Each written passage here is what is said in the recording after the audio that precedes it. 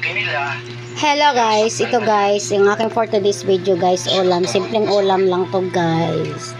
Ito ay ginisang kangkong guys, tapos hinaluan ko siya ng pork atay guys.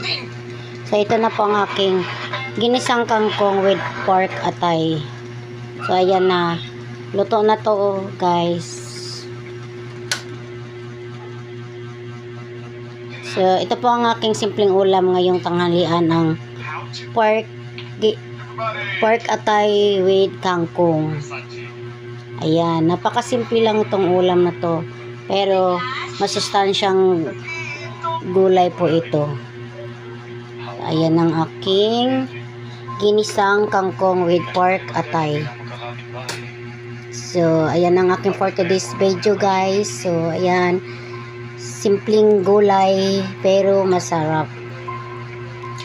Ayan. So, ito na ang aking ibabahagi ngayong umaga, ngayong morning guys. So, hanggang dito na lang ang aking for today's video guys.